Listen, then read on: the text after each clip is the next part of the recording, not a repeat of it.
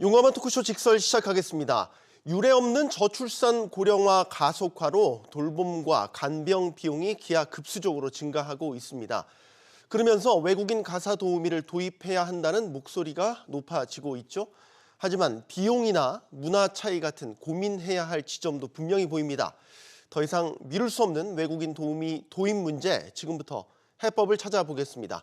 오늘 함께해 주실 세 분 소개해 드리겠습니다. 분당 서울대병원 허윤정 연구협력 교수, 서울시립대 경제학부 송헌재 교수, 가천대 사회복지학과 유재현 교수 나오셨습니다. 어서 나오십시오. 안녕하십니까? 안녕하십니까? 일단은 저희가 지금 오늘 논의해야 될 거는 외국인 가사 도우미 일단은 그 도입에 대한 문제, 근본적인 문제부터 여쭤보고 싶어요. 허 교수님 같은 경우는 이 도입해야 된다는 필요성에 공감하고 계신가요? 너무 체감하면서 공감하고 있습니다. 체감과 공감을 같이 하시는군요. 그렇습니다. 네. 실제로 시장에서 육아 도우미나 아니면은 간병 도우미를 찾는 것이 너무 어려운 일이 되고 있어요. 네. 저도 오랫동안 부모님을 실제로 간병도 해봤고, 네. 그리고 또 병원에 모시면서 간병인을 구하는 일을 해봤는데 굉장히 고통스러운 일이 많습니다. 네. 그건 꼭 비용의 문제라기보다는 시장 안에서 적정한 그런 인력을 찾는 것 자체가 굉장히 어려운 일입니다.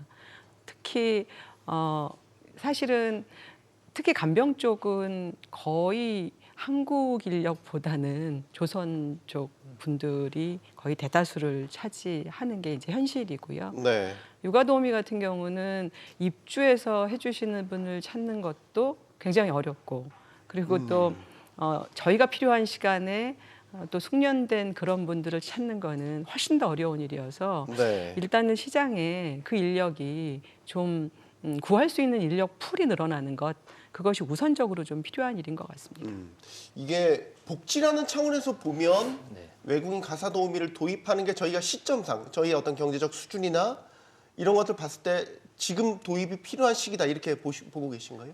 전 조금 이제 구분해서 이야기를 드리고 싶은데요. 네. 이제 아이들을 돌보는 육아나 가사 도우미랑 그리고 이제 우리가 이제 질병이 있을 때 하는 이제 간병인을 조금 이제 나눠서 좀 이야기를 드릴게요. 네. 그랬을 때 먼저 이제 아이들을 돌보는 육아나 가사 도우미는 지금 이제 약간 중산층 이상 그리고 이제 소득이나 자산이 높은 분들이 이제 입주 도우미를 필요로 하시는 시장은 분명히 있다라고 생각하고 네. 그거를 이제 법적으로 막을 필요는 없을 것 같습니다.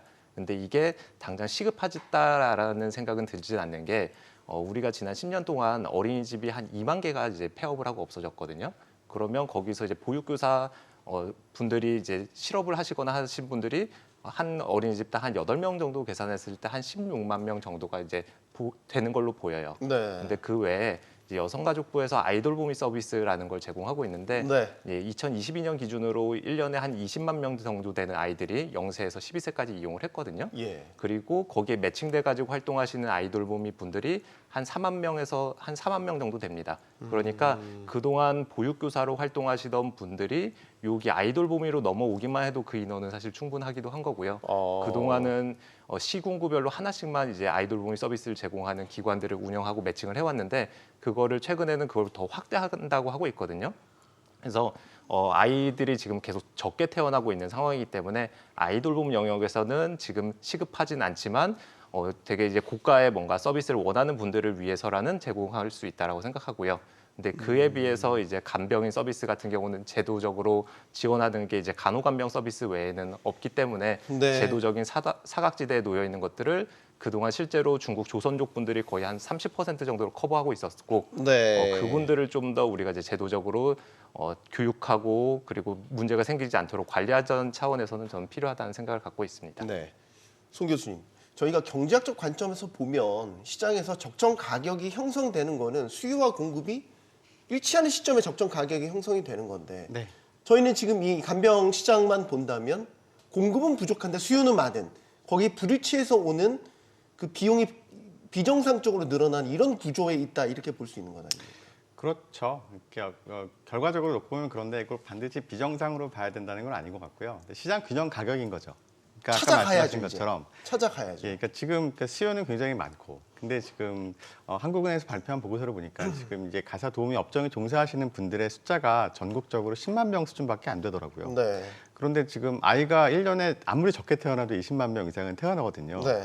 그리고 뭐 초등학교 들어가기 전까지는 아무래도 부모의 그 손길이 많이 필요한데 그런 아이들까지 전부합치면 꽤 될 거예요. 그다음 뿐만 아니라 또 지금 간병을 필요로 하시는 가구도 굉장히 많단 말이죠. 그러니까 이 수요에 비해서 이 노동시장에 있는 공급 인원이 너무 적으니까 당연히 지금 임금이 올라갈 수밖에 없는 상황인 거고 너무 높은 가격에서 그러면 이거 감당할 수 있는 사람들은 많지 않고 그러니까 수요에 비해서 공급이 너무 적은 상황이기 때문에 지금 가격이 너무 높다. 그러니까 이런 상황에서 그러면 우리가 보통 이렇게 생각하죠. 뭐가 너무 비싸지면 그러면 지금 이제 뭐 농산물 가격 굉장히 폭등하고 있고 지금 사과 가격 막 배 가격 엄청나게 오르고 있단 말이에요. 네. 그러면 이럴 경우에 이 농산물 시장을 안정시키기 위해서 좀 수입을 해왔으면 좋겠다 그런 얘기 할 수 있죠. 마찬가지 논리로 하죠. 대체 네. 과일을 수입하지 않습니까? 하죠. 네. 마찬가지 논리로 이 경우에 노동 공급이 부족한 국내 노동 공급이 부족한 상황에서 해외 노동 공급을 통해서 뭔가 노동 시장의 안정을 좀 가져왔으면 좋겠다. 이런 논의는 전 자연스러운 논의라고 생각을 합니다. 지금 그 소득 말씀하셨으니까 어느 정도 이 경제적 부담을 안고 있냐. 도우미를 많이 쓴다면 소득의 한 50%에서 많게는 60%까지. 지금 저희 그 도시근로자 월평균 소득 3인 가구 기준으로 봤었을 때 650만 원 정도거든요. 이걸 이제 내국인으로 도우미를 쓴다라고 가정했을 때 정말 5, 60%가 만약에 그 비용으로 나간다.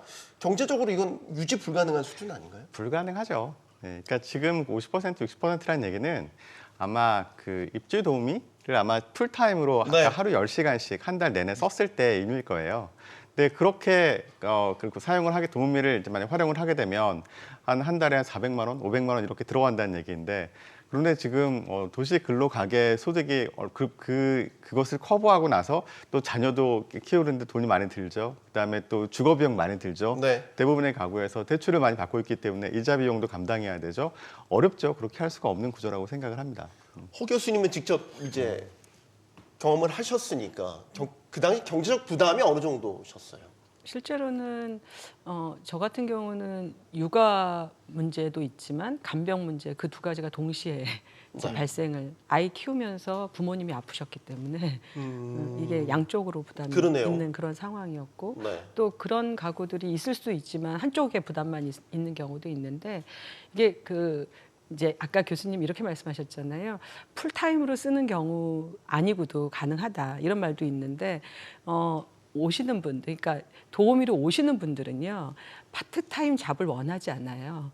이유는 모든 가구가 필요한 시간대가 같기 때문에 파트타임으로 이 집에서 일을 하면 당연히 다른 곳에서는 일할 수가 없으니까 본인의 근로에 대한 것들을 채울 수가 없어요. 그러니까 이게 소비자가 원하는 시간대의 노동과 근로자가 원하는 시간대가 같을 수가 없어요. 그러면 이제 결국은 시장 안에서 그런 수요와 공급이 만나서 균형점을 찾을 수 있으려면 충분한 노동력 풀이 있어야 되는데 네. 그게 없는 거예요.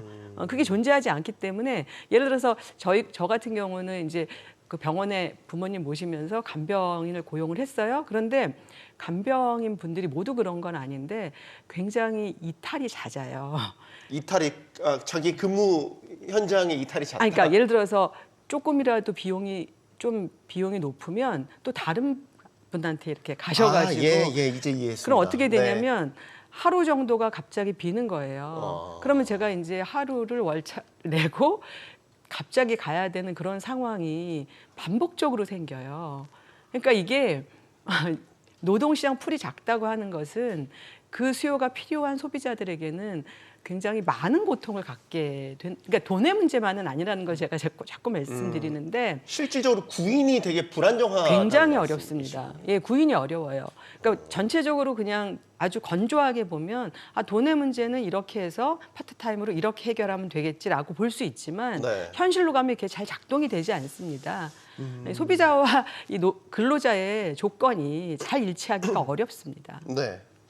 이 교수님 하신 말씀이 있을 것 네, 같은데. 교수님 말씀하신 것처럼 지금 이제 매칭이 잘 안 되는 문제가 현재 발생하고 있는 게 맞고요. 그게 왜냐하면 아이들 같은 경우에는 이제 이용자 입장에서는 아침 7시 반부터 9시 반, 오후에는 3시 반부터 부모님들이 퇴근하기 전까지 한 6시 반까지 이제 그 시간대를 주로 쓰고 싶어 하는데 그게 이제 이용자보다 확실히 이제 공급자들이 부족한 상황이긴 하거든요. 그래서 그것들을 우리가 공급자를 늘리는 건 필요합니다. 근데 그게 반드시 외국인 육아 도우미일 필요는 없는 거고 국내에서도 지금 매칭할 수 있는 기관들을 공공뿐만 아니라 민간에서도 확대를 한다든지 아니면 매칭할 수 있는 기관들의 풀을 더 넓힌다든지 이런 식으로 더 방법들을 같이 찾자라는 점에서 이야기를 드린 거고요. 교수님 네. 말씀하신 건 다 저도 동의하는 바입니다. 네.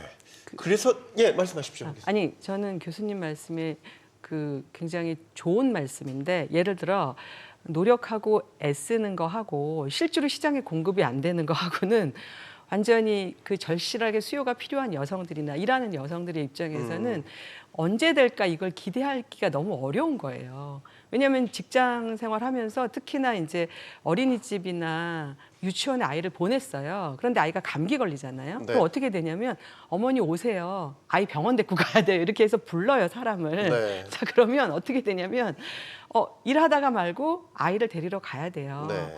그러니까 이게 실제로는 유치원에 보내면 그 시간은 괜찮다. 그렇지 않습니다. 그렇지 않고 무한대로 돌보는 인력이 필요하고 파트타임으로 쓸 수만 있어도 좋은데 그런 인력은 시장에 현재 존재하지 않기 때문에 실제로는 좀 그 풀이 늘어난다면 오히려 그런 파트타임도 사실은 쓸 수 있지 않을까?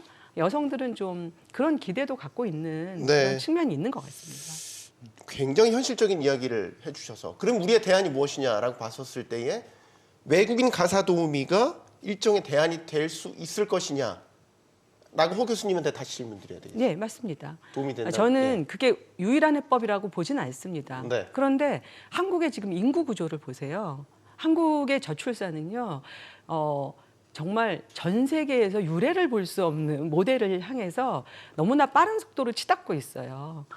이제 이 통계를 어떻게 설명할지가 아마 인류의 숙제일 것 같은데 저희의 이 속도는 정말 이거는 알 수가 없는 속도인데 그런데 역으로 그 노인들의 기대 수명과 평균 수명 이거는 굉장히 높은 수준으로 가고 있잖아요. 네. 그러면 이 양쪽의 갈래가 다 필요한 거예요. 노인으로 가면 갈수록 돌봄의 욕구도 커지고 또 돌봄의 양도 많아지는데 그럼 사실은 돌봄 서비스 시장이 커져야 되거든요.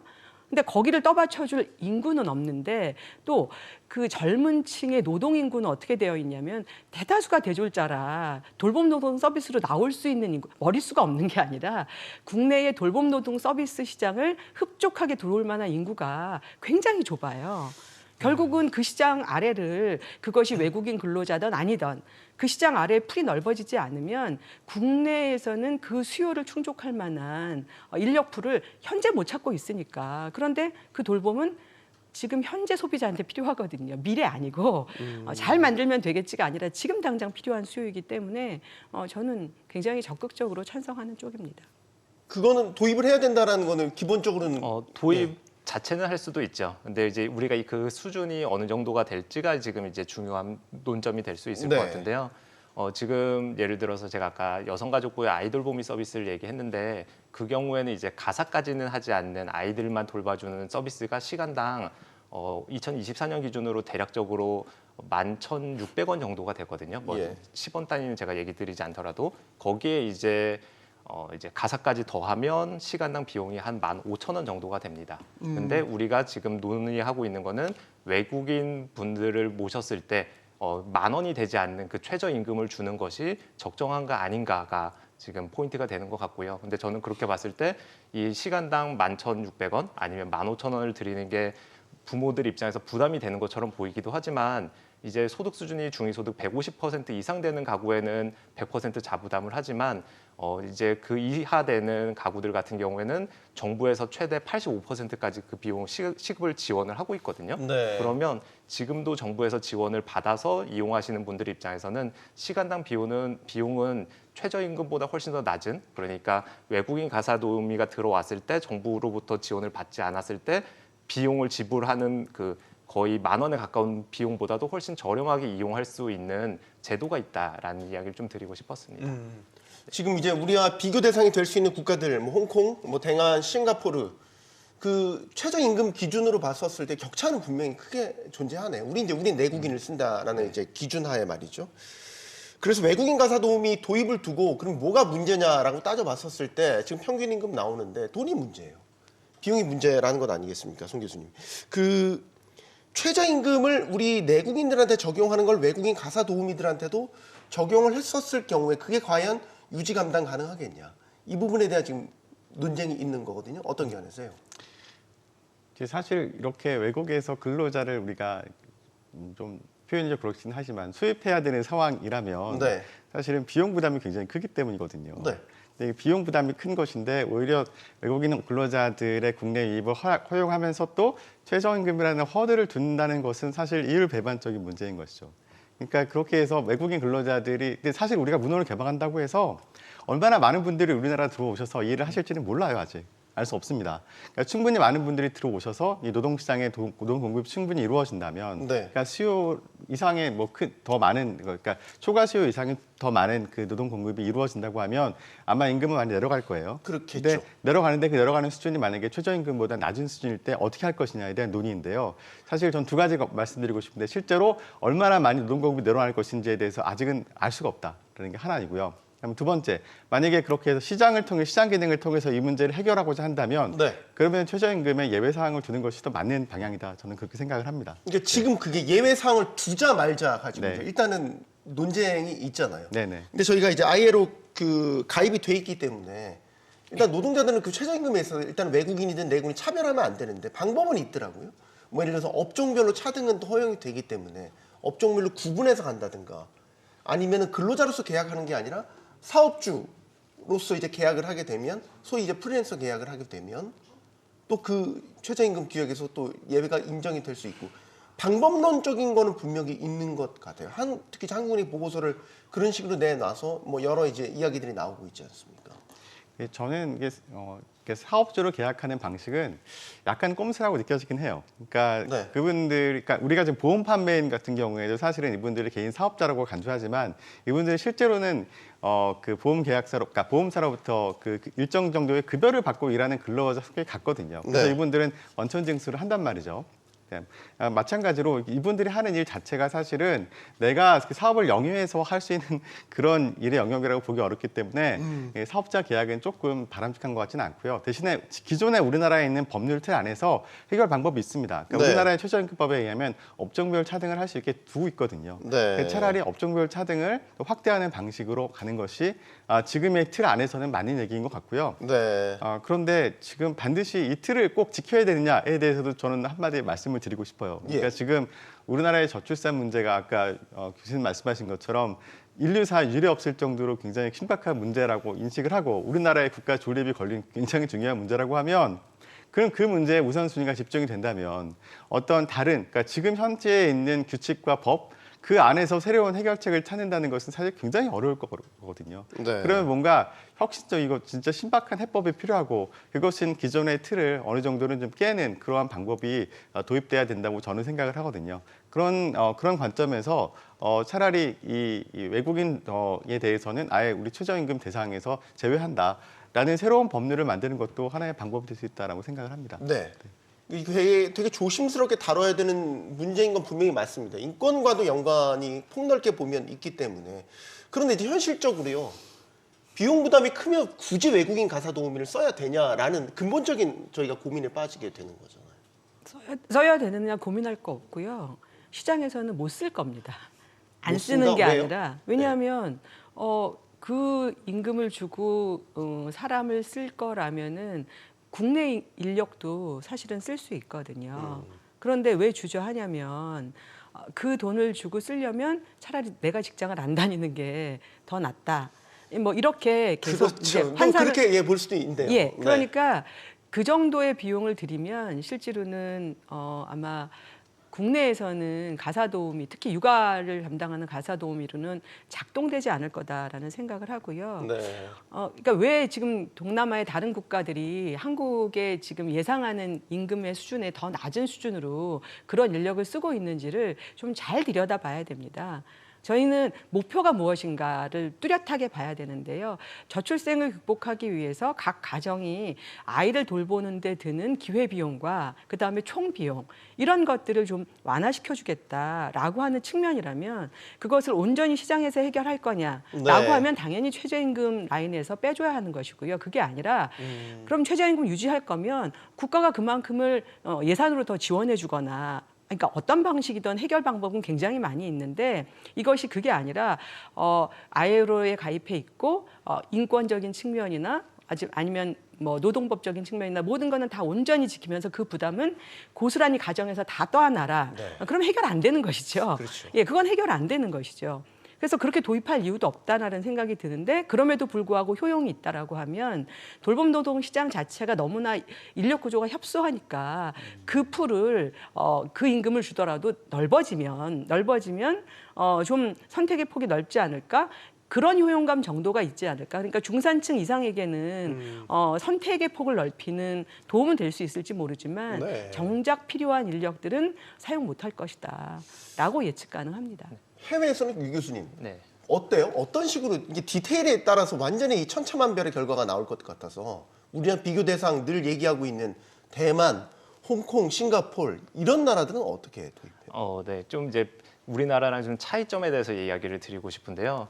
지금 우리나라는 사실 아이들이 만 2세 이상이 되면 어린이집이나 유치원을 90% 이상 전일제로 다닙니다. 그리고 한 9% 정도 되는 아이들이 그 영어 유치원이라고 하는 사설 학원을 사실 거의 다니고 있는 상황이거든요. 네. 네, 근데 그것이 이제 대만이나 아니면 특히 이제 싱가포르와 홍콩과 비교하면 싱가포르나 홍콩 같은 경우는 아이들이 0에서 1세 그 정도 됐을 때 어린이집에서 최대 하루에서 3시간에서 4시간밖에 안 봐줘요.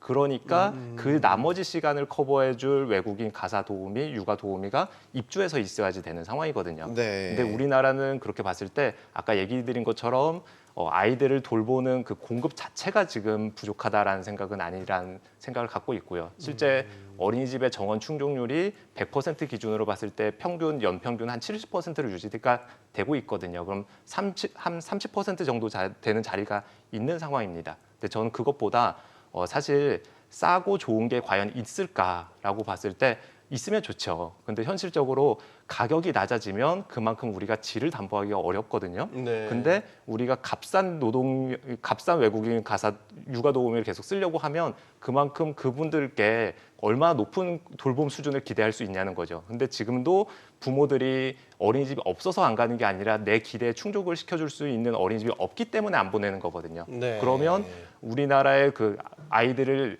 그냥 무조건 키우는 게 아니라 잘 키워야 되잖아요. 그 아이들을 잘 키우기 위해서는 오히려 돌봄에 대한 우리가 가치를 높게 평가해줘야 되는 건 아닌가라는 생각을 가지고 있습니다. 복지라는 차원에서 보면 그러면 일정 부분 비용을 정부가 지원해주는 네. 거에 대해서는 동의하세요?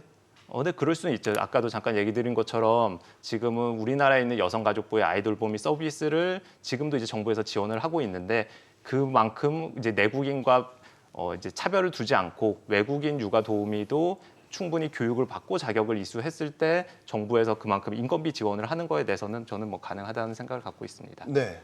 근데 이게 나라 돈 쓰는 이제 예산이 들어가면 이제 완전히 또 논의가 이게 정치적으로도 어젠다가 지금 네. 되고 있어서 정부 재정 여기 지원을 했을 경우에는 나중에 결과적으로 보면 정말 밑 빠진 동에 물 붓기처럼 기하급수적으로 부담이 커지는 것 아닌가 이런 걱정도 하게 돼요. 재정적 측면에서 말이죠. 네.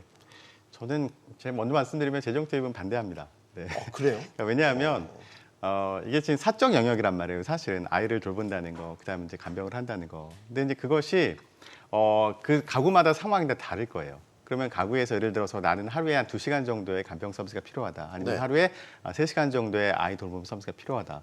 하고 했을 때 그러면 그런 서비스를 시장에서 발굴해서 찾아서 사용할 수 있으면 제일 좋은 거거든요. 네. 근데 지금 문제는 뭐냐면 지금 시장 가격이 너무 높다는 데 문제가 있는 거예요. 그러니까 지금 아까 교수님 말씀하신 것처럼 저렴한 외국인 가사 도우미 과연 질을 담보할 수 있겠냐라는 말씀을 주셨는데 거기에 많은 분들이 동의하실 거예요. 그렇지만 이제 외국인 가사 도우미를 허용을 해서 많은 분들이 들어오게 되면 사실은 시장 가격 자체가 낮아질 거거든요. 그러니까 지금 국내에서 국내 그 돌봄 서비스를 해주시는 분들의 가격 자체가 낮아질 겁니다. 네, 그러면 그분들이 갑자기 시장 가격이 낮았다고 그러니까 품질이 갑자기 낮아지는 건 아니란 말이죠. 그러니까 시장에 그런 식으로 충격을 줄 수 있기 때문에 저는 그 안에서의 경쟁도 이루어지고 그렇게 해서 시장을 통해서 해결하는 것이 먼저다라는 생각을 하고요. 그렇게 해서 만약에 그렇게 해서 외국인 가사 도우미를 이렇게 그러니까 허용을 했는데 그럼에도 불구하고 제가 아까 말씀드린 것처럼 이게 그러니까 그 외국인들도 마찬가지예요. 그러니까 우리가 쓰고 싶을 때 근데 그분들이 이제 언어도 안 통하죠. 안 문화도 통하게. 다르단 말이에요. 네. 근데 그분들을 쓰는 것이 과연 사용하는 것이 과연 좋을까에 대해서 갸우뚱을 할 수 있단 말이죠. 그러니까 여기서 일하러 오시는 분들도 마찬가지일 겁니다. 그러니까 홍콩이나 싱가포르는 좀 우리랑 다른 것이 일단 기후가 비슷하고 그다음에 지역적 문화도 비슷하단 말이에요. 가깝고. 네. 근데 우리나라는 멀고요.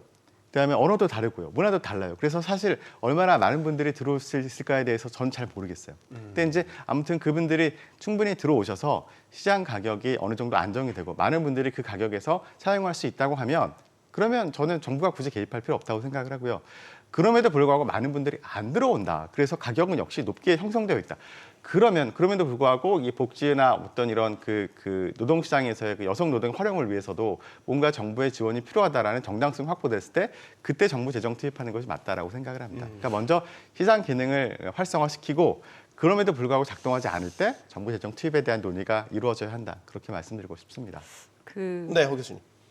두 분의 말씀이 굉장히 설득력이 있는 측면이 있는데 먼저 교수님 말씀처럼 이 시장을 시장에 잘 맡겨서 안정되고 그게 사실은 보편적인 저희 시장이 돌아가는 순환의 논리죠. 그게 맞고 그런데 문제는 대한민국의 저출생과 그것에 대한 문제의 해결책을 특단의 조치를 하지 않으면 사실은 존망의 위기가 있는 게 한국의 지금 위기 상황이에요. 그러니까 이 문제는 이제 그런 식의 약간 루틴의 상황으로 그냥 보면 그건 좀 안 되는 측면이 있고 또 하나는 아까 교수님께서 아이돌보미 서비스 그다음에 이제 한국이 대다수가 어린이집이나 유치원이나 이런 서비스를 이용하고 있고 일부가 그렇지 못한 뭐 영어 유치원 이렇게 간다고 하셨는데 여성 노동자들의 근로 상황을 한번 보시게 되면 정규직의 노동자 비율이 얼마나 되나요? 그거는 아이를 이렇게 쭉 보낼 수 있는 그런 직장을 갖고 있는 사람만 있는 게 아니라 단시간 근로자들도 되게 많고 그리고 그 풀타임이 아닌 사람들도 굉장히 많고 이렇게 다양한 노동을 구성하고 있어가지고 네. 아이가 그런 식으로 기관에 딱 들어갔을 때 안정적으로 가는 사람도 있지만 그게 아니라 실제로 절반은 집에서 보고 절반은 또 남의 손에 맡기고 이렇게 해야 되는 굉장히 다양한 형태의 돌봄 서비스가 필요한 그룹들도 상당히 있거든요. 그러니까 이 시장의 다양성, 돌봄 노동의 다양성들이 보장되지 않고 일단 시장 안에는 어린이집이나 유치원이 풍부해. 이걸로는 그 수요를 다 감당하기가 굉장히 어렵고 그리고 그 개인들의 그 다양한 수요들에 대해서 고정되어 있는 시설이 그것을 다 충족해 주기는 어려운데 저 같은 경우 아이 키울 때 아이돌보미 서비스 신청했다가 단 한 번도 된 적이 없거든요. 왜냐하면 너무 경쟁이 높아가지고 한 번도 된 적이 없어요. 결국 저도 된 적은 없는데. 예, 아이가 저도 다 클 자녀가 때까지 둘인데. 한 번도 된 적이 없어요. 그러니까 무슨 말이냐면 이렇게 됩니다라고 하는데 어려워요. 어렵고 저 정부가 홍보하는 간호간병 통합 서비스 합니다. 하죠. 그거 하는 병원 어떻게 찾나요? 그 하는 병원 찾아서 제가 아파서 앓을 때 그 병원으로 갑니까? 아니잖아요. 그러니까 서비스가 있는 것과 그 서비스가 나에게 효용감이 있느냐 이건 완전히 다른 얘기잖아요. 결국 작동하게 하는 서비스가 필요한데 지금 돌봄 노동 시장은 그게 작동이 안 된다는 거. 그리고 그 작동 가능한 게 내 주머니에서 나갈 수 있는 정도의 금액으로 작동 가능해야 되는데 그게 안 된다는 거. 근데 그 문제가 내일이 아니라 우리 아이는 크고 있고 우리 부모님 병원에 계신데 지금 필요한 문제라는 것. 이 위급성에 대해서 좀 더 절실하게 해결책을 모색했으면 좋겠습니다. 현장에서 체감하고 있는 어떤 그 아까 위급성이나 그 긴급함을 고려한다면 이제 재정적 지원 측면에서는 이제 교수님이 일단 후순위를 둬야 된다라는 거고 그러기에는 지금 시간이 맞습니다. 너무 이제 네. 심각한 문제다. 턱 밑까지 왔다 이제 뭐 네. 이런 생각이 조금 다르신 것 같아서 제가 그 유 교수님한테는 그 질문을 아까 저희가 잠깐 얘기하다 말았는데 외국인들이니까 음식이나 문화나 언어 장벽은 분명히 있는 건데 실적으로 이런 분들이 와서 이제 도입을 하고 일을 할 때 얼마나 이게 문제가 될까? 라는 측면에서는 어떤 견해세요? 저는 우리가 외국인 가사, 육아 도우미를 허용했을 때 정말 많은 나라에서 올 거라는 생각은 하지 않습니다. 네. 우리가 이제 공급도 중요하겠지만 우리가 수요가 있어야 되잖아요. 네. 솔직하게 얘기해서 우리가 수요로 생각하는 나라는 크게 두 나라일 거예요. 중국 조선족 아니면 필리핀. 왜 중국 조선족이냐? 한국말이 편하고 그러면서 중국어까지 배울 수 있다는 기대가 있기 때문입니다. 네. 그리고 왜 필리핀이냐? 영어가 되니까. 어떻게 보면 우리가 사설 이제 사설 학원이죠. 네, 영어 유치원을 보내는 대신에 집에서까지 그냥 영어를 시키겠다라는 그런 마음이 있어가지고 그 두 국가를 찾는 거거든요. 근데 그 외 국가들에서는 사실 온다고 하더라도 오히려 우리가 그렇게 크게 환영하지 않는 부모들이 많을 거예요. 그렇게 봤을 때 문화적으로 너무 다양성이 많을 것 같다는 생각은 들지 않고요. 네. 근데 우리나라에서 이제 받아들일 때 우려가 되는 점 중에 하나는 홍콩이나 싱가포르 같은 경우는 그 입주 도우미라고 표현을 했을 때 집 안에 입주해서 사실 수 있는 공간을 따로 마련해 드리거든요. 예. 근데 우리가 사실 그만큼의 넉넉한 공간을 갖고 있는 아이들을 키우는 부모들이 얼마나 있을까라고 봤을 때 그분들이 집 바깥에서 따로 숙식을 할 수 있는 뭐 서울시에서 지금 시범 사업을 할 때는 따로 숙식을 할 수 있는 그런 장소가 있는 걸로 알고 있는데 그런 공간 마련이라든지 그런 것도 분명히 필요할 거라고 생각합니다. 네. 예, 또 하나 중요한 게 이분들이 비자를 처음에 받고 들어왔을 때는 이제 육아 가사 도우미로 들어왔지만 이분들의 시급이 10,000원도 채 되지 않을 때 이분들이 과연 그 일을 계속할 것인지 우리가 현재도 한국에 입국하신 다음에 그 외에 다른 직종으로 간다든지 아니면 이제 불법 체류하시는 경우들도 되게 많잖아요. 예. 이분들이 결국 다른 일자리로 빠지게 되는 것들도 우리가 한번 고민해볼 포인트인 것 같습니다. 이게 단순히 제도 도입을 한다고 해서 끝나는 게 아니라 정말로 디테일을 따져보고 정말 현실에 안착시키기 위해서 많은 부분들을 다 고려를 해야 될 거란 생각이 드는데 이제 근본적인 의무는 이런 것도 있더라고요. 저희가 외국인 가사 도우미를 도입하려고 하는 이제 목적 중에 하나는 정말 떨어질 대로 떨어진 학교 출산율, 출산율을 높이기 위한 어떤 재고 방안으로서 외국인 가사 도우미 지금 논의를 하고 있는 거잖아요. 근데 근본적으로 의문을 제기하는 분들은 이게 매치가 되는 제도냐라는 거죠. 이걸 도입한다고 해서 그러면 아예 안 나올까? 한 명 나올까? 한 명 나올까? 두 명 나올까? 여기에 대해서 효과가 제한적일 거라고 보는 시각도 있어서요. 네. 어떻게 생각하십니까? 저는 그러니까 이런 거죠. 인구 저출생을 극복하는 것에 지금 가장 시급한 과제는 뭐냐면 인구 수를 늘려주는 사인이 필요하거든요. 네. 근데 가사 도우미는 이미 낳은 아이들을 잘 돌보게 하는 거잖아요. 네. 그럼 실제로는 육아 부담이 줄어드네라고 하는 걸 눈으로 체감하면 결혼을 앞둔 사람, 그다음에 자녀 계획이 있는 사람들이 예. 이제는 좀 낳아도 될까? 뭐 이런 생각을 갖게 되겠죠. 그런 효과가 있을 수 있어요. 네. 그리고 실제로는 직장 생활하면서 아이를 키우는 게 너무 힘드니까 아예 나는 아이를 안 낳겠다. 네. 이렇게 아예 아이를 포기를 선언한 그런 딩크족 부부들도 많이 있죠. 너무나 네. 많죠. 너무나 많죠. 그런 부부들에게 조금 다른 사인을 줄 수가 있죠. 너 혼자만 하는 게 아니라 네. 이제는 좀 도와줄 수 있는 그룹이 있어. 그런 지원이 좀 가능해. 이런 사인을 줄 수가 있죠.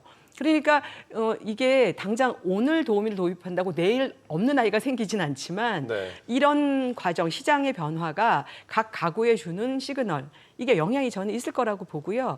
그 효과가 나타나는 곳들이 이제 싱가포르 같은 데예요. 싱가포르는 이게 맞벌이 가구들이 워낙 많으니까 가사 도우미를 이제 국가에서 풀링하고 또 그 비용에 뭐 우리로 말하면 사회보험의 일부를 국가가 또 지원을 하고 있잖아요. 네. 그러다 보니까 거기는 그 소위 말해서 많이 배운 엘리트 쪽으로 갈수록 아이가 많아요. 굉장히 많이 낳습니다. 제 조카만 하더라도 아이가 5인데요. 이제 40대인데 여자인데 아이가 네. 5. 그러니까 이게 저희가 상상할 수 있는 그런 게 아니라 거긴 뭐 입주 가사 도우미를 계속 쓰면서 그분이 다 아이를 키우는 육아의 같이. 부담을 굉장히 덜고선 그렇게 그렇습니다. 5분이나 자녀를 그렇게 안 낳았다. 하면 실제로는 계속 같이 맞벌이로 일하면서 아이를 그렇게 낳을 생각 자체를 하기 어렵죠. 그건 불가능한 거죠. 아이가 아무리 예뻐도 쉽지 않은 게, 그런데 지금 우리 같은 경우는 아이 낳는 것도 부모를 돌보는 것도 다 네 몫이니까 열심히 잘해라. 그런데 아무리 잘하려고 해도 시장에서 그런 노동 인력을 찾기도 어렵고 막상 찾았는데 이탈도 잦고 그리고 그 비용도 너무 높고 이러면 어렵죠. 굉장히 어렵죠. 근데 부모는 포기할 수 없으니까 아이를 포기하는 거죠.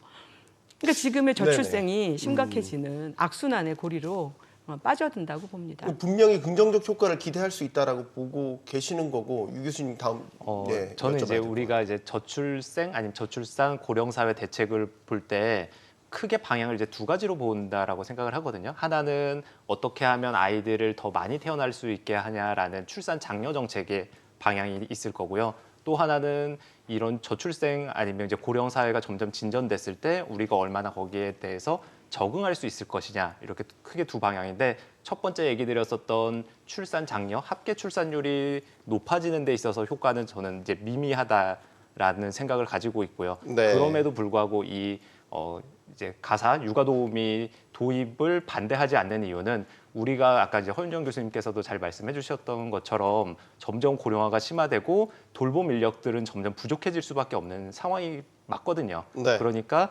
그것에 대해서 대응하기 위해서 어르신에 대한 간병이든 아니면 앞으로 아이들에 대한 육아 돌봄이든 그 인력들은 점점 필요할 거기 때문에 우리가 그런 사회에 적응하기 위해서는 뭐 필요하다는 생각은 갖고 있습니다. 네. 이건 어떻습니까? 이게 이제 어쨌든 출산율을 높이기 위한 방안으로 외국인 가사 도우미를 이제 도입한다. 이거 말고 근로시간 자체를 줄이면 될 것 아니냐. 그러니까 빙빙 돌리지 말고 근본적인 처방으로 근로시간을 줄이자라는 얘기도 나올 수 있고요. 그 하나 또 하나의 방안으로 부부 모두가 육아를 공동 부담할 수 있도록, 그러니까 육아휴직 같은 것들을 이제 부부가 남녀가 다 무조건 쓸 수 있도록 아예 법으로 제도화시키자. 여기에 대해서 어떤 견해십니까? 저는 그 제안도 반대합니다. 네, 반대를 오늘 많이 하시는데 네, 말씀하시죠. 네. 근데 지금 그러니까 외국인 가사 도우미가 필요하다, 이제 허용하자는 얘기는 사실 시장 기능을 활성화하자는 얘기잖아요. 네. 그러니까 이 정부도 사실은 자유를 더 강조하는 정부이기도 하고, 그런데 육아휴직을 남성들도 강제로 써야 한다는 것은 사실은 뭔가 이게 자유와 어긋나는 방향이기 때문에 일단 정책 기조와 맞지 않다는 생각이 들고요. 또 하나는 제가 반대하는 이유가 있어요. 그러니까 2019년에 스페인 연구팀이 연구한 결과가 있습니다. 그러니까 스페인 행정자를 이용해서 남성이 육아휴직을 사용했을 경우에 과연 출산율이 어떻게 되는지를 분석한 연구 결과가 있습니다. 예. 근데 오히려 출산율이 떨어지는 결과가 나왔어요. 왜 그럴까요? 연구진은 어떻게 해석을 했냐면, 남성들이 적극적으로 육아에 참여하면서 아이 키우는 일이 보통 일이 아니구나, 너무 힘들구나 라는 생각을 한 것이 아마도 작동하지 않았을까라는 추측을 했습니다. 물론 스페인 사례이기 때문에 전 세계에 일반화할 수 없다는 단서를 달긴 했는데요. 네. 저도 그 연구를 보고 좀 궁금한 게 생겨서 과연 우리나라는 어떨까라는 궁금증이 생겨서 저도 제 나름대로 연구를 한번 해봤습니다. 네. 그러니까 우리나라 국민들 대상으로 제가 설문조사를 한번 해서 연구를 예. 진행한 적이 있는데요. 네. 우리나라에서 남성이 육아휴직을 사용한 경우 둘째 출산 확률이 떨어졌어요. 근데 이제 그때 제가 이유를 물어봤더니 지금 이제 아마 그 내용도 같이 포함될 텐데 네. 경제적으로 힘들었다는 얘기들을 많이 했습니다. 그러니까 남성이 육아휴직을 하면서, 그러니까 육아휴직 급여를 받긴 하죠. 근데 국가에서 주는 육아휴직 급여만 가지고서 생활한다는 것이 굉장히 어렵기 때문에 아이를 키우면서 그 경험들이 오히려 아이를 낳는 것에 대해서 뭔가 좀 꺼려하는 그런 부정적인 영향을 줄 수 있다라는 생각이 들었어요. 따라서 강제하는 것이 이게 능사는 아니고요. 오히려 육아휴직 급여를 좀 현실화하는 방향, 그쪽으로 가는 것이 더 맞지 않을까라는 말씀을 드리고 싶습니다. 네. 와, 이 얘기가 진행되면 진행될수록 더 복잡한데요.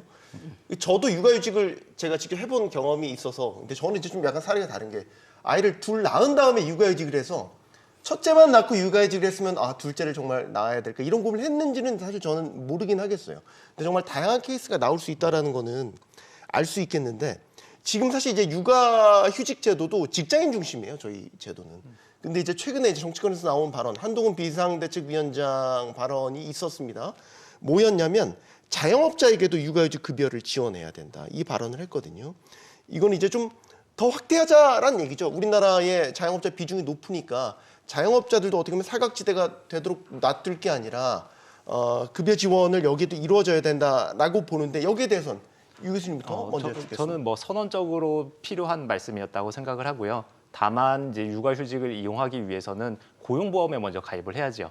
근데 지금 자영업자들이 고용보험에 얼마나 가입을 했냐라고 보면, 자영업자들이 대략 한 550만 정도 우리가 인구라고 생각을 했을 때 네. 1%가 채 안 되는 사람들이 현재 고용보험에 가입을 하고 있거든요. 그러면 육아휴직을 쓰기 위해서는 이분들을 먼저 전체든 아니면 지금보다 더 많은 분들이 고용보험에 가입할 수 있도록 그걸 먼저 기반을 닦아놓고, 그리고 나서 육아휴직을 할 수 있도록 이렇게 좀 순차적으로 가야 될 것 같습니다. 저는 교수님 여기에서 약간 의문이 들었던 건, 예를 들어서 이제 자영업자니까 1인 사업장은 어떻게 해야 될까 그러면? 그리고 예를 들어서 급여만 받고 그냥 자기가 그냥 늘 하던 대로 나와서 일할 수도 있잖아요. 이런 일종의 모럴 해저드가 발생할 수도 있지 않을까라는 그 부작용적인 측면도 생각이 들더라고요.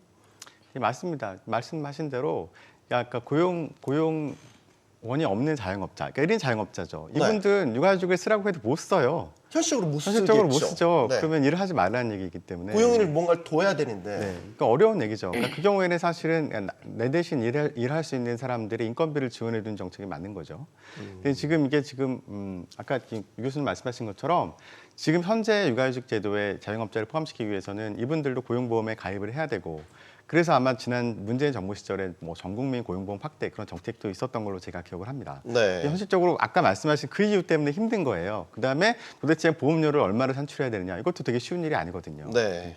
그리고 그럼 재원 마련을 어떻게 해야 되냐에 대한 문제인데, 그래서 이번 정부에서 부모보험이라는 제도를 사실 시범적으로 실시해 볼까 하는 생각도 있습니다.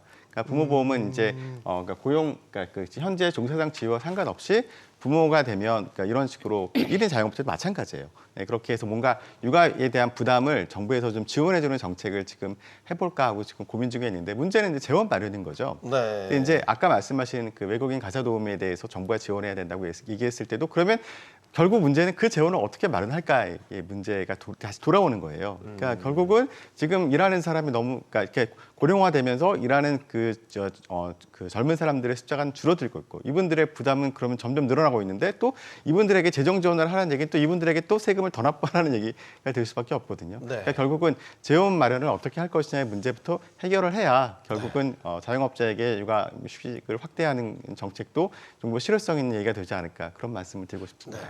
네, 교수님. 정치권에서 지금 이제 집권 여당 쪽에서 자영업자들에게 육아휴직 얘기를 나온 거는 지금 현실적으로 교수님 말씀하신 것처럼 1%밖에 가입하고 있지 않은데, 이제 아무런 전제 조건 없이 그 말을 하는 거는 그냥 로또죠, 로또. 네. 로또에 당첨돼서 그 룸 안에 들어가면 줄게라는 얘기죠. 굉장히 허망한 얘기고, 많은 것들을 해주겠다라고 하는 게 전제되지 않으면 지금 단계에서는 의미 없는 얘기고요. 다만 과거의 산업경제 시대 이전에 노동, 이렇게 근로, 이제 농업 시대 이럴 때는 각 가정에서 아이가 부모에게 자산이었거든요. 아이를 많이 낳으면 내 자산이 많아지는 거예요. 노동력이 네. 많아지니까. 근데 지금 이게 지식경제 사회로 올라오고 현대 사회로 오니까 각 가정의 아이 하나는 비용이에요. 코스트예요. 네. 아이 하나를 낳으면 제 기여 비용이 줄어들고 내가 들어가야 되는 돈이 천문학적으로 들어가는 거예요. 그런데 그러면 나는 왜 아이를 낳아야 되냐? 나 개인에게는 이 아이는 코스트지만 국가에게는 어떻게 되냐면 납세자가 되고, 그리고 국가에게는 국가 전체의 노동력 기반이 되고, 국가 전체를 운영하는 국가의 인프라가 되는 거예요. 네. 그러므로 이들에게 투자하는 건 국가의 의무예요. 이건 지식경제 사회로 올라오면서 당연한 의무고, 국가가 그들에게 투자하기 위해서 어떤 방식으로 무엇을 투자할지를 고민하는 게 그게 국가입니다. 근데 그게 아니라 이건 다 됐고 과거의 패러다임대로 시장에서 해결해야 돼라고 하면 한국은 소멸할 겁니다. 더 빠른 속도로 소멸할 거예요. 이 위기를 그냥 루틴의 경제학대로 이걸로 하면 저는 해결 방안이 없다고 생각합니다. 네. 그 얼마 전에 그 화제가 됐던 사례, 부영그룹이 자녀 출산한 직원들한테 1억 원 출산장려금으로 지급하면서 화제가 됐는데, 네. 세금 문제가 거기에 또 이제 불거졌단 말이죠. 네. 지금 결과적으로 보면 비과세하기로 했어요. 네. 전액 말이죠. 전액 네. 비과세. 잘한 정책입니까? 저는 잘했다고 생각합니다. 그래요? 네. 세금 부족한데요? 세수 부족이라는데. 근데 그 어차피 뭐 국가에서 해야 될 일을 사실 민간에서 대신했다고 생각할 수도 있잖아요. 그러니까 우리가 기부금에 대해서 기부금 공제를 해주단 말이죠. 예. 그러니까 왜 공제를 해주느냐면 그만큼 세금이 줄어들지만 국가가 할 수 있는 영역이 있고 민간이 할 수 있는 영역이 있고, 근데 이제 국가가 하지 못하는 영역을 민간이 대신해준다, 이런 취지인 거거든요.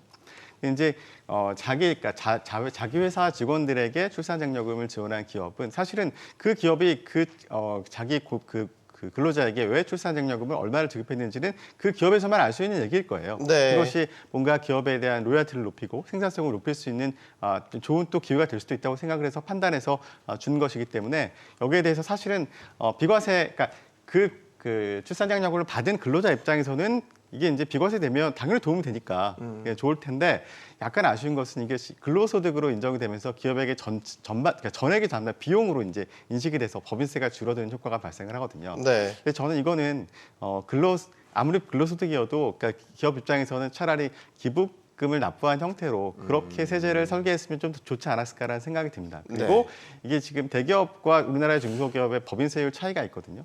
그렇기 때문에 이제 대기업에서 그러니까 똑같은 출산 장려금을 지원한다고 해도 대기업은 더 많은 세금 혜택을 받게 돼 있어요. 네. 근데 그것보다는 이율적으로 세액공제 형태로 해서 기업의 규모와 상관없이 동일한 세금 혜택을 받게 했으면 어땠을까라는 아쉬움이 약간 들긴 합니다. 네. 자, 저희가 이제 토론을 마칠 때가 됐는데 마지막 질문 드릴게요. 마지막 질문 저희가 이제 어느덧 섞여서 이제 나오긴 했는데 간병비에 대한 문제를 좀 좁혀가지고 질문을 드릴게요. 그러니까 고령화가 우리가 인구 구조상 더 심각해져 가고 있다라는 건 뭐 다 주지 않은 사실이니까 우리나라의 어떤 부모의 부양은 여전히 자녀가 오는 게 기본적인 구조를 그렇게 갖고 있잖아요. 최근 뭐 보도를 보니까 자녀 소득의 월 평균 60%를 정말로 그 부모님 간병비로 이제 쓴다 이런 통계도 있더라고요. 그만큼 지금 이 부분도 지금 뭐 급여까지 다 포함해서 굉장히 심각하게 논의해봐야 될 문제 같아서요. 이 교수님께 먼저. 네, 간병비가 정말 심각한 문제라고 생각할 수 있고요. 네. 간병비가 우리가 만약에 이제 혼자서 한 병을 이제 고용해서 썼을 때 하루 뭐 10시간, 8시간 계산했을 때 평균적으로 한 12만 원 정도 지출이 된다고 하거든요. 근데 이 경우는 이제 30일 내내 돌봐 비용을 지불해야 되는 거잖아요. 네. 근데 24시간 계산으로 하면 500만 원이 넘고요. 그렇지 않고 10시간, 뭐 8시간 계산으로 하더라도 200만 원 중후반에서 300만 원 초반까지 나오거든요. 그래서 그거들을 자녀들이 예전처럼 뭐 5명, 6명이 있던 시대도 아니고 지금은 2, 3명 아니면 혼자서 감당해야 됐을 때 너무 큰 부담인 거 사실입니다. 알겠습니다. 간병비를 비용 문제가 아니라 간병 문제 해결하지 못하면 실제로는 가족의 해체가 굉장히 빠른 속도로 진행될 거라고 봅니다. 지금 고령 인구가 늘어나면서 가족 특히 아프신 부모님들 부양 때문에 형제들이 갈라지고 그리고 그것 때문에 가족 간의 불화가 굉장히 심각해지는 문제, 이게 그냥 개인의 가족 간의 문제로 치부하기에는 이미 너무나 큰 사회 문제가 되어 있는데요.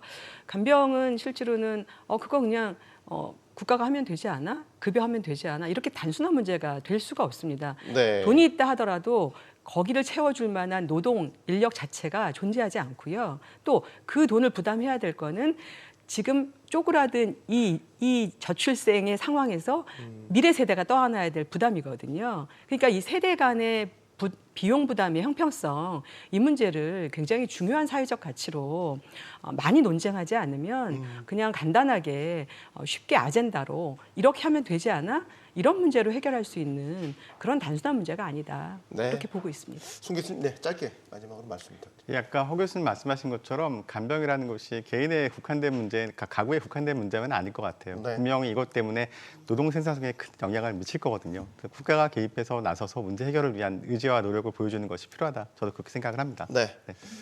자, 저희들이 오늘 토론을 보시면서 느끼셨을 것 같습니다. 뭐 꼬리에 꼬리를 물고 계속해서 이야기가 나오고 있거든요. 저희가 가족과 사회를 유지하는 데 있어서 저희들이 지금 돌봄 간병 문제의 심각성이 정말 턱 밑까지 올라왔다라는 생각을 지울 수가 없었습니다. 오늘 저희들의 토론은 여기까지입니다. 내일 뵙겠습니다. 고맙습니다.